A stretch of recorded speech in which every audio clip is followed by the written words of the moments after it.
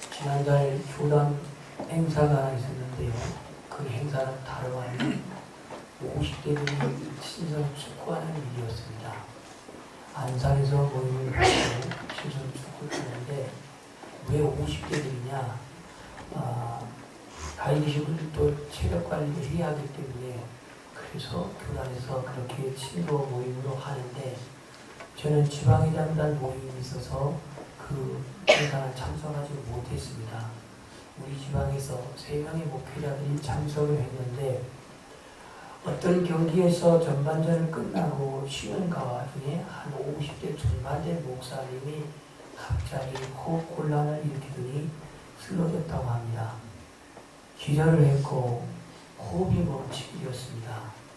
이제는 그 총각을 앞두는 그러한 상황에서 어찌할 바 몰라 이제 119 그 구급차를 부르는데 그 중에 한 목사님이 심폐소생술이라고 하는 그 자격증을 가진 목사님이 있었습니다. 20분 동안 차가 올 때까지 계속 그 심폐소생술을 하는 가운데도 아직 깨어나지를 못한 가운데 점점점 몸은 굳어져 가고 이제 그 죽음의 경각점이 다가오는 그런 상황에서 119가 왔고 결국 그 목사님은 병원에서 가까스로 깨어나게 된 겁니다.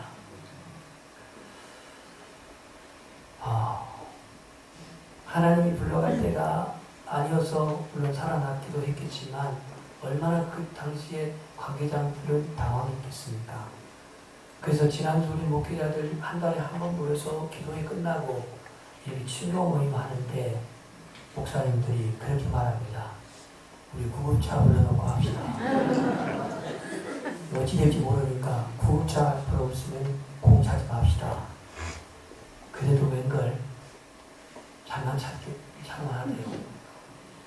우리 생애 중에서 가장 기급한 일이 여러분 뭡니까? 우리 생애 가장 시급한 일이 뭐냐 이거예요.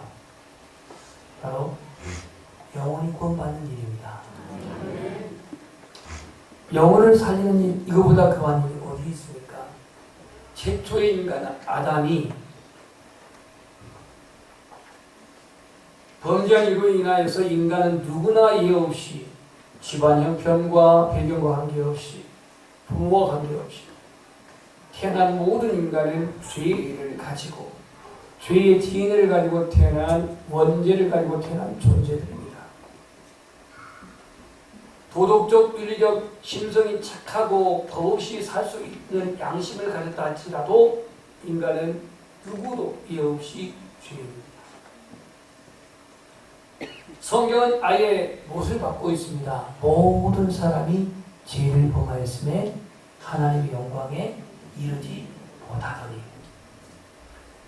의인은 없나니 하나도 없다. 이 말은 뭐냐면 인간은 다 죄인이라는 사실을 성경은 못을 받고 있습니다.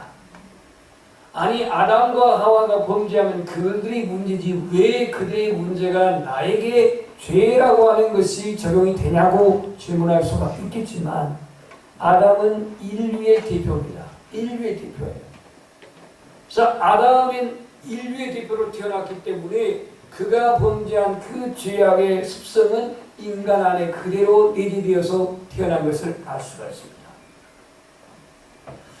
우리는 소속 집단, 다시 말해서 이 국가가 정한 법을 어기게 되면은 죄에 대한 형벌을 받게 됩니다. 그죠? 형벌 안 받습니까? 받잖아요. 도로교통법만 위반해도 벌금을 물게 되는데요.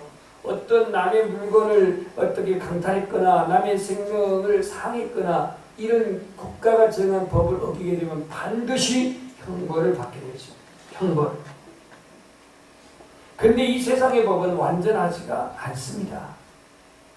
아시다시피 여러분 기업 총수들 보세요. 그렇게 많은 비자금과 뇌물을 먹고 그렇게 비자금 축적했어도 몇 개월 만에 나오고 롯데 신아무개도 금방 나오는 거 보면은 세상 법은요 불완전합니다. 나라마다 법은 다 있지만 그 법이 온전하지가 않습니다. 그런데 하나님의 법은요 진리입니다. 하나님의 법은요 완전합니다. 하나님의 법은요 누구도 변개할 수가 없습니다. 여기는 가진 자나 가지지 않는 자나 어떤 도덕가나 윤리적으로 선하게 태어난 사람도 하나님의 법 앞에는 누구도 이해 없습니다. 누구도 이해 없이 죄의 삭은 사망입니다. 이 세상을 창조하시고 운행하시는 법, 이것이 바로 하나님의 말씀의 법입니다. 그래서 말씀으로 천지를 창조하셨죠. 이 세상이 법이 있기 전에, 사람의 법이 있기 전에, 국가의 법이 있기 전에 하나님의 법, 하나님의 말씀의 법이 있었습니다. 이 하나님의 말씀의 법을 어긴 사람이 아담과 하와입니다. 선악과를 따먹는 이 인간의 그 죄, 이게 하나님의 말씀의 법을 어긴 겁니다. 왜냐하면 하나님이 분명히 말씀으로 먹지 말라고 했는데 이것을 어긴 것은 하나님의 말씀의 법을 어긴 거예요. 이 하나님의 말씀의 법을 어겼던 대로 너는 반드시 죽으리라고 하는 대로 인간은 죽는 존재가 된 겁니다. 그래서 성경은 한 번 죽는 것은 사람에게 생하신 것이다. 정하십니다. 그 후에는 심판이 있다고 말하고 있습니다. 죄인은 아담으로부터 태어난 모든 인간은 자기 의지와 상관없이 다 죄를 가지고 태어납니다. 그래서 죄인된 인간을 사랑하신 하나님은 인간을 구원하시려고 하는 계획을 세우셨는데 그 구원의 계획을 창세기 3장 21절에 이렇게 말하고 있습니다. 우리 한번 고백합시다. 여호와 하나님이 아담과 그 아내를 위하여 가죽옷을 지어 입히시니라. 왜 이 창세기 3장 21절이 우리 인간의 구원을 향한 하나님의 약속이냐 이거예요. 죄는 정작 아담과 하와가 범죄하고 부끄러워서 무화과 나무 잎사귀로 자기 몸을 가리우고 이것도 온전하지 못해서 하나님 두려워서 숲 사이에 숨었던 이 아담과 하와에게 짐승의 가죽옷을 입혀주었어요. 짐승의 가죽옷을 입혀줬다는 것은 무엇이 희생됐다는 얘기예요? 짐승이 희생된 거예요. 동물이 희생된 거예요. 그게 어떤 동물인지는 몰라요. 양인지 염소인지는 알 수가 없지만 성경은 짐승을 잡아서 희생시켜가지고 그 가죽옷을 입혀준 거예요. 이것은 장차 예수님께서 자신을 희생하여서 우리에게, 죄인된 우리에게, 수치스러운 우리에게, 부끄러운 우리에게 의의 옷을 입혀준 사건으로 성취된 줄 믿습니다. 아담의 범죄, 벌거벗음, 수치스러움, 두려움, 이 모든 것들을 하나님께서 이렇게 덮어주기 위해서 그 짐승의 가죽옷을 입혀줬는데요.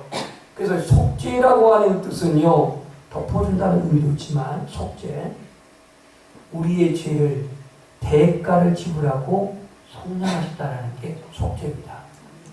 누가 대가를 지불했다고요? 예수님께서요. 예수님께서. 제가 지금 복음을 말하려고 죄의 문제를 얘기하고 복음이 무언가를 지금 소개하기 위해서 지금 이거 풀고 있는 거예요.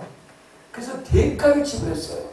이 대가는 부모님이 지불한 게 아니에요. 이 대가는 종교적인 어떤 그런 의인이, 목사님이, 장로님이 지불한 게 아니란 말이에요. 이 대가는 예수님이 지불한 거예요. 이 대가는 피, 생명, 그 피는 생명이 있다고 말했고 생명은 피에 있다고 말한 것처럼 피를 흘려, 피를 통해, 생명을 통해 대가를 지불하시고. 그래서 우리는 아브라함이 창세기 22장에서 번제를 드리잖아요. 근데 아브라함의 아들 이삭을 그 잡아서 번제를 드려야 할 판인데 하나님께서는 이삭 대신에 뭘 준비했어요? 뭘 준비했다고요? 순양을 준비했단 말이죠. 순양. 이삭이 죽어야 되는데, 다시 말해서 우리가 죽어야 되는데 하나님은 예수 그리스도를 거기에 예비했다. 유월절을 보십시오. 유월절에는 어린 양을 잡잖아요. 어린 양을 잡아가지고 그 피를 문설주에 발랐을 때에 그 이스라엘 진영의 히브리 사람들의 집안에 있는 장자들의 생명이 보존되어지고 그 집안에 있는 모든 초태생들의 동물의 새끼들이 보호를 받았죠. 아멘? 네. 결국은 피가 언약이었고 피가 기호였고 피가 하나님이 요구하시는 그 언약의 상징이었단 말이죠. 이스라엘 백성들은 아무것도 한 것 없어요. 한 것이 있다고 한다면 양 잡아서 피를 발랐다는 것이죠. 근데 이집트는 피를 안 발랐어요. 모든 장자들이 죽었어요. 바로의 왕인 그 태자도 왕자도 죽었어요. 이것이 바로 구약 율법에 지정한 하나님의 방법, 바로 제사였습니다. 제사의 자리였습니다. 그래서 성전 제사, 이것은 지성소에서 벗게 되는 속죄소가 있었는데요. 이 속죄소에서 대제사장이 가서 피를 뿌려서 모든 백성들의 죄를 사하시는 날을 대속죄일이라 그렇게 율법에 여겼어요. 여러분, 대속죄일의 완성체는 바로 십자가입니다. 십자가. 대제사장이 10월 1일 날 그 속죄소에 들어가가지고 이 피의 제사를 드리는 이날, 이렇게 하나님은 죄인을 사랑하사 구속의 길을 그렇게 보여주셨습니다. 그래서 구약의 선지자를 통해서 구원자가 오십니다. 메시아가 오십니다. 그렇게 선포를 했습니다. 이사야는요, 예수님이 동정녀 탄생할 것을 예언했습니다. 그리고 이사야는 예수님이 고난을 받는 자인 것을 그는 53장에서 예언했습니다. 뿐만이 아닙니다. 예수님의 이름을 기묘라, 모샤라, 전능자라 이렇게 불렀습니다. 미가 선지자는 예수님이 어디서 태어나느냐면 베들레헴에서 태어난다는 것을 예언했습니다. 그 이사야 선지자의 예언대로, 그 이사야 선지자의 그 예언대로, 미가 선지자의 그 예언대로 예수님은 육신의 몸을 입고 이 땅에 오셨고, 그리고 베들레헴에 태어나셨습니다. 오늘 마가 요한은 그 이사야의 글을 여기서 인용하고 있고 말라기 선지자의 글을 인용하고 있습니다. 2절에 나와 있습니다. 보라, 내가 내 사자를 내 앞에 보내노니 그가 내 길을 준비하리라. 이게 말라기 3장 1절에 나와 있고요. 그 다음 3절, 광야에 외치는 자의 소리가 있어 이르되 너희는 주의 길을 준비하라. 그의 오실 길을 곱게 하라. 이게 이사야 40장에 나와 있는 메시지입니다. 이 말씀을 오늘 마가가 인용해서 이렇게 말합니다. 이 말씀이 기록된 것처럼, 이 말씀이 기록된 것 같이 이게 누가 왔냐면 세례 요한이 왔다는 겁니다. 자, 우리 말라기를 한번 잠시 갔다 오겠습니다. 말라기 4장을 가보겠습니다. 말라기는 신약성이 없어요. 마태복음 앞에 있습니다. 말라기 4장은 5절 보겠습니다. 5절. 말라기 4장 5절 1332페이지. 왜냐하면 이 구약에 예언된 말씀을 신약에서 그대로 다 성취되고 있기 때문에 제가 그렇게 지금 제시한 겁니다. 말라기 4장 5절을 한번 읽겠습니다. 시작.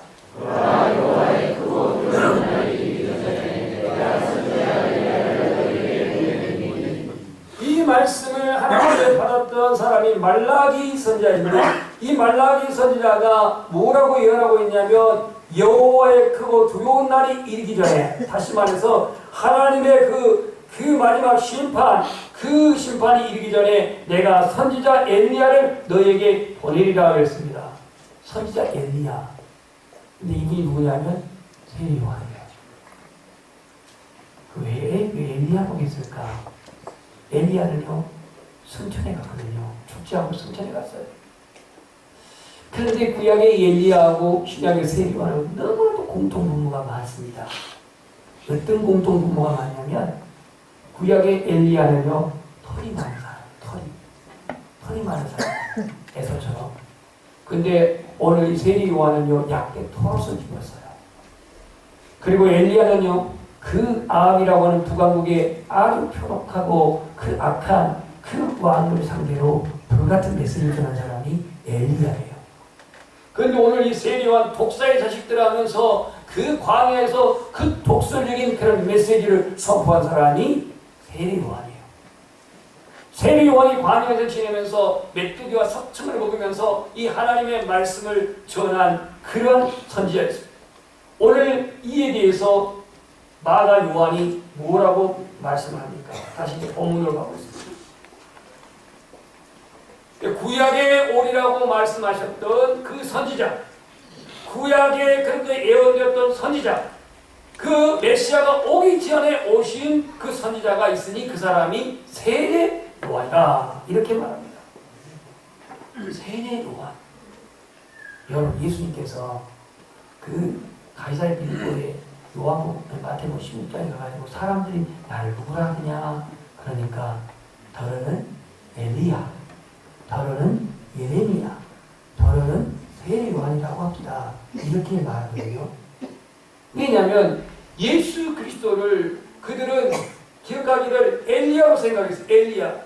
근데 엘리야가 아닙니다. 예수님은 세례 요한 더더욱 아닙니다. 예레미야도 아닙니다. 예수님은 메시아입니다. 구원자입니다. 그러니까 오늘 이 세례 요한이 먼저 구약에 예언된 인물로서, 선지자로서 예언된 인물이 와가지고 이제 전하는 메시지가 뭐냐 이거예요. 4절에 이렇게 말하고 있습니다. 죄 사함을 받게 하는 회개의 세례를 전파하였다. 이렇게 기록이 있는데 마태복음은 뭐라고 하느냐면 회개하라, 천국이 가까웠느니라. 이렇게 말하고 있습니다. 자, 이제 복음을 제가 설명하려고 하다 보니까 결국 복음은 무엇이냐? 예수 그리스도가 오셨다는 거예요.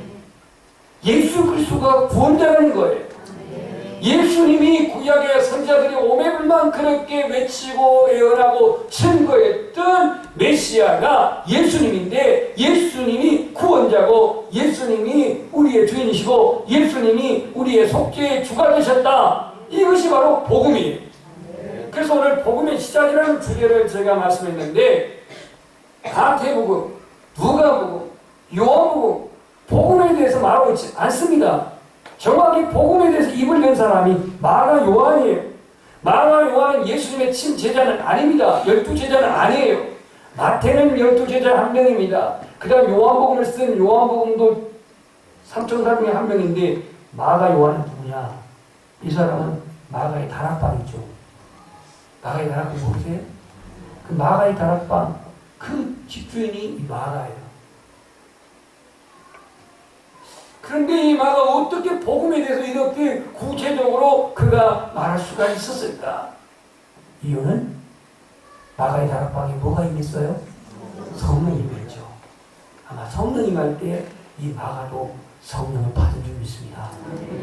그렇기 때문에 하나님의 영에 감동되었기 때문에 예수 그리스도를 복음으로 소개하고 있고, 이 복음, 요한계리오, 굿뉴스, 기쁨의 소식, 예수 그리스도 우리의 구원의 주님이 되셨다라고 하는 것을 복음으로 표현하고 있는 사람이 마가 요한이라는 얘기예요. 이 마가복음의 저자이죠. 여기에 예수님은 그렇게 말합니다. 이 마가복음 주제 성구이기도 합니다만 10종 45절에 이렇게 써 있습니다. 한번 따라서 읽습니다. 인자가 온 것은 섬김을 받으려 함이 아니요 도리어 섬기려 하고 자기 목숨을 많은 사람들의 대속물로 주려 함이니라. 아멘. 이게 예수님 직접 말씀하시는데 이게 마가복음의 주제 성구입니다. 주제 성구. 섬김을 받으러 온 게 아니다. 자신의 목숨을 속죄의 제물로 주려고 오셨다.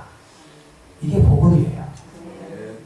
그러니까 오늘날 교회가 이 예수 그리스도의 복음, 이 복음이 바로 세워져야 되고, 복음 안에서 구원이 이루어져야 되고, 복음 안에서 하나님의 자녀된 걸 확신해야 되고, 이 복음으로 말하면 하나님 나라를 세워야 되는데, 이 복음이 우선이 아니고 교회, 조직, 교회의 규모, 교회의 확장, 이게 우선순위가 되겠어요. 그러다 보니까 요즘 부작용이 너무 많이 일어나고 있어요. 우리는 교회가 상가교회이든 건물이 있는 교회든 아니면 규모가 크고 작음에 떠나서 먼저 세워져야 할 것이 예수 그리스도가 우리의 구원자라는 사실, 그 예수님으로 말미암아 내가 속죄함을 받았고 하나님의 자녀가 되었고 하나님 나라를 세우는 것이 복음이라는 사실을 확신하십시오. 이 우선순위가 바뀌어 있다 보니까 오늘의 성도들이 힘이 없습니다. 구원의 확신이 없어요. 구원 천국에 갈지 안 갈지 죽어봐야 안다는 이런 얘기를 해요. 분명히 말씀하지만 예수 그리스도 외에는 구원이 없습니다. 어떤 이들은 예수님의 구원은 실패했다고 말합니다. 예수님은 영만 구원했고 육은 실패했다고 말합니다. 그러면서 자기들의 그 교리를 정당성이 있다고 주장하면서 궤변을 늘어놓고 있습니다. 성경은 분명히 못을 받고 있습니다. 다른 그 누구로서는 구원을 얻을 수 없나니 그러나 인간의 구원을 받을 만한 다른 이름을 우리에게 주신 일이 없습니다. 사도행전 4장 10절에 말하고 있습니다. 다른 이름이 없어요. 예수 외에는 다른 이가 없어요. 오늘날 종교 포스트 모더니즘의 이 시대에 종교 다운주의는 어떻게 해서 길은 서울로 가는 길은 부산에 가는 길도 있고 이 광주에서 가는 길이 있고 또 진주에서 가는 길이 있는데 뭘로 해서 서울로만 가면 되는 거지 하면서 종교는 하나라고 이렇게 주장합니다. 그래서 땡땡들도 신부들도 심지어 또 목회자들도 그냥 저마다 구원을 인정하고 같이 가자 해요. 아니요. 결단으로 길은 하나입니다. 예수 그리스도에는 구원의 길이 없습니다. 대상 사람들은 왜 기독교는 독선적이냐 이렇게 말할지 모르겠지만 성경이 그렇게 말하고 있습니다. 성경이. 마가 요한은 이 복음서를 쓰면서 예수 그리스도의 복음의 시작이라고 오늘 1절에 이렇게 말하고 있습니다. 복음의 시작을 알리는 선지자, 바로 그 선지자가 구약 성경에 예언됐던 이사야에 있는데요. 이사야. 당시의 구약 성경 계속해서 예수 그리스도가 메시아로 온다고 하는 것을 입으로 구전으로 전해졌는데 구전으로 전해진 이 메시아 오심을 하나의 기록된 말씀으로 기록된 성경으로 전하고자 마가복음을 기록한 줄 믿습니다. 말라기 3장 1절 말씀 보라 내가 네 사자를 내 앞에 보내노니 그가 내 길을 준비하리라. 어떤 준비했냐? 바로 3절 광야에 외치는 자의 소리가 있어 이르되 너희는 주의 길을 준비하라 그의 오실 길을 곧대하라. 이게 바로 세례요한의 사명이었습니다. 세례요한의 사명. 세례요한은 메시아 사역에 앞서서 그런 선행적으로 이 예수 그리스도의 오는 길을 외치고 준비하는 자였습니다. 그래서 6개월 있다가 예수님이 등장하니까 세례요한은 자기가 그렇게 백성들의 지지를 받고 동의를 받는 선지자였지만 나는 그의 신등면을 감당치도 못하겠다 하면서 주님은 흥하여야겠고 나는 쇠하여야 한다. 조용히 살았습니다. 광야에서 외치는 자의 소리였던 세례요한은 마치 구약의 엘리야처럼 불같은 메시지를 전하고 그렇게 사람들에게 세례를 주었습니다. 하지만 그는 메시아가 아니었습니다. 주님의 길을 준비하는 자였습니다. 자, 이 세례 요한이 회개에 이르는 세례를 전파했고 4절 이렇게 했더니 5절 보니까 온 유대 지방과 예루살렘 사람들이 다 빼면 됩니다. 다 나아가 자기 죄를 자복하고 요단강에서 그에게 세례를 받더라. 여러분 세례 굉장히 중요합니다. 물론 군대에서 초코파이 3개 준다고 4개 준다고 기독교에서 세례 받은 사람도 있어요. 그랬더니 천주교가 요즘 흥분해가지고 우리는 피자 줄게. 그래가지고 연쇄받기 하기를 듣고 있는데 이런 도배금 세례 말고요. 우리 교단에서 2,000명 세례를 줬다고 대대적으로 이렇게 나와 있는데 그가 정말 예수님을 만나고 고백하고 세례 받아야 의미가 있잖아요. 제가 그 근거를 성경에 찾을게요. 그래서 세례 요한의 사명은 뭐냐면 회개에 이르게 하는 세례를 물 세례를 그가 줬던 거예요. 이게 세례 요한의 사명이었습니다. 그런데 어디서 이 일을 하냐면 광야에서 합니다. 광야. 여러분 광야는요 경막해요. 들짐승들이 있어요. 뜨거운 바람이 불어요. 정말 때로는 나그네가 그걸 지나가면서 그 신기루 사실 물도 없는데 물처럼 보이는 그 신기루에 그렇게 고통당하는 곳이 광야예요. 땅은 거칠고 파동할 수 없어 양식도 없는 곳이에요.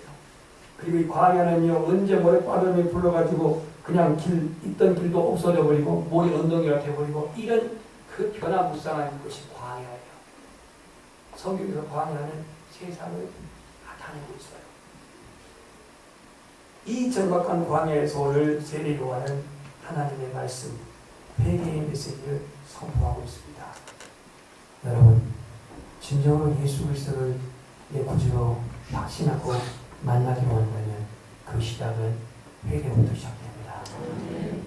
이건 제 얘기가 아니고 신약성경 사도행전 우리 한번 가보겠습니다. 3장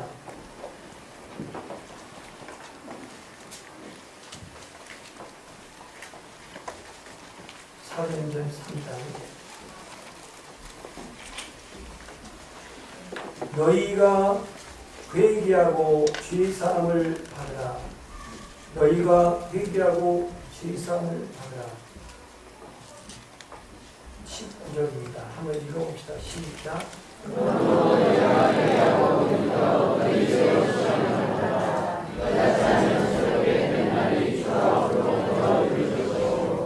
오늘날 그리스도인들의 이 부분은 너무 취약해요. 너희가 회개하고 돌이켜 죄사함, 죄 없이함을 받으라 그랬는데요. 그냥 죄 없이함이 아니에요. 회개하여. 회개하고 그 다음에 돌이켜. 왜 변화가 안 됩니까? 왜 옛사람의 모습을 그대로 교회에서 노출하고 있습니까? 내가 정말로 하나님 앞에 구원받은 백성이라고 한다면 예수님을 닮아가야 되고 예수 그리스도의 성품을 닮아가야 되고 하나님의 말씀에 순종해야 되는데 왜 나는 교회에 몸을 두고 있는데 변화가 안 되냐 이거. 정말로 내가 예수님 앞에 죄인된 걸 인정하고 회개한 적이 있었는지 생각해 보십시오. 돌이켜 세상의 가치관과 세상의 문화적인 가치관과 그 소망 없는 그 삶의 그 환경에서 돌이켰던 반영을 돌이켰던 그런 흔적이 있는지 한번 생각해 보십시오.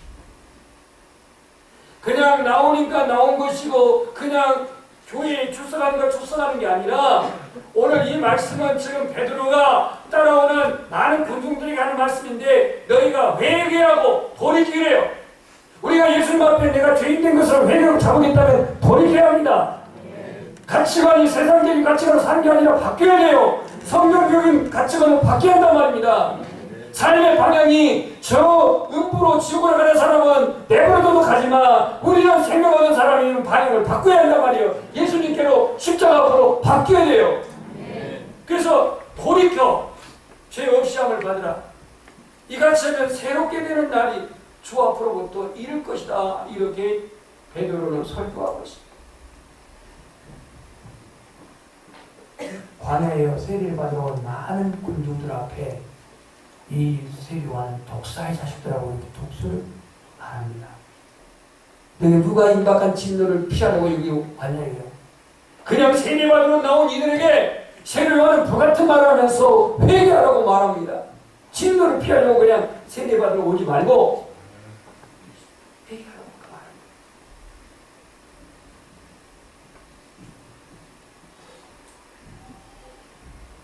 그래서 오늘 그런 죄사함을 대해서 전파하고 있습니다. 죄사함에 대해서. 시편 130편 4절을 보면 그러나 사유하심이 주님께 있으면 주를 경외함께 하십니다. 그랬습니다. 죄사함 없이는 구원을 이룰 수 없습니다. 죄사함은 인간에게 베푸신 하나님의 가장 은혜의 귀한 선물입니다. 하나님은 죄 용서를 구하는 자들에게 그 모든 죄를 정케하십니다. 어디에 나와 있냐면 에레미야 33장 8절에 나와 있어요. 한번 고백하겠습니다. 내가 그들을 내게 범한 그 모든 죄악에서 정하게 하며 그들이 내게 범하여 행한 모든 죄악을 사할 것이다. 회개할 때 말입니다. 아까 우리 마지막 찬송이 여호와께로 돌아가자 이거 불렀죠? 왜 돌아갑니까? 그건 회개를 의미하는 겁니다. 그 당시 이스라엘 백성들이 하나님을 등지고 우상 앞으로 그렇게 세상의 그 우상 숭배와 더불어서 하나님을 잃어버린 그들에게 여호와께 돌아가자 계속해서 그렇게 우리를 부르시고 초대하고 있어요. 호세아서에 보면 여호와를 알자, 힘써 알자, 하나님께 돌아오라고 그렇게 말씀하고 있는 거예요. 그래서 여기서도 하나님이 그들이 범한 죄악에서 정하게 하시고 행한 모든 죄악을 사하신다고 하는 이 전제는 뭐냐? 하나님 회개할 때 일입니다.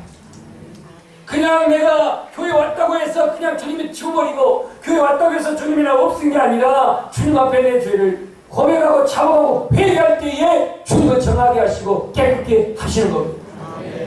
그래서 제사함에 대해서 전파하고 있습니다.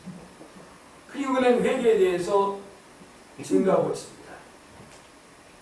진정한 회개는 자기 자신의 죄를 자각하고 자백하고 심령이 변화대로 돌이키는 거예요. 그래서 회개를 뒤에 고칠 자가 붙어있어요. 고칠 자. 고쳐야 돼요. 한 영혼을 천하보다도 귀하게 오신 분 누구예요? 예수님. 하나님이시죠. 그 하나님 지금도 기다리십니다. 기다리십니다. 괜히 시험을 회개하고 용서받아 구원에 이르도록 천년이 하루가 되고 하루가 천년이 되도록 기다리시는 그 하나님이십니다. 그래서 오늘 이 세례 요한은 예수 그리스도의 그 오신 길을 전파하면서 세례에 그 제3의 이름의 세례를 베풀면서 그렇게 말했습니다. 8절 말씀 보겠습니다.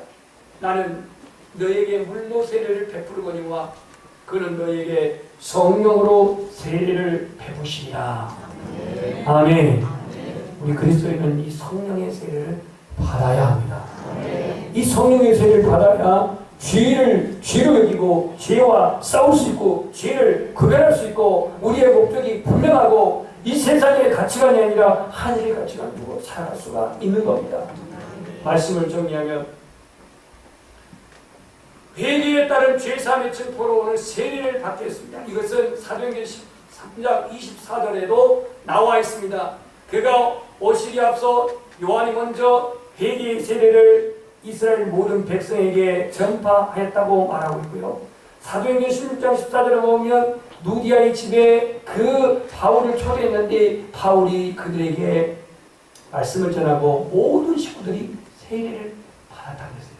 이 얘기는 그리스도께 속한 자가 됐다는 얘기입니다. 그리스도께 속한 자. 오늘 예수 그리스도가 오시면 복음의 시작입니다. 복음의 시작. 그래서 우리는 이 예수 그리스도가 이 땅에 오셔서 하목적을 되시고 우리를 죄값을 지불하시고 속죄하셨는데요. 오늘 제가 아까 예배 시작할 때 읽었던 그 누가복음 4장에 나와 있는 말씀, 예수님은 오셔서 포로된 자에게 무엇을? 자유를, 눈먼 자에게 보게 하심을, 눌린 자에게 자유롭게 하시려고 오신 주님이십니다. 예수님은 나를 의롭게 하시기 위해서 십자가에서 죽으셨고 예수님은 나를 영생하도록 구원하시기 위해서 다시 부활하셨습니다. 오늘 유일한 구원자신 예수 그리스도. 예수 그리스도는 우리의 힘이고 우리의 생명이고 우리의 영원한 소망이시고 유일한 복음이신 예수 그리스도. 이게 우리 영원한 구세주이심을 믿습니다.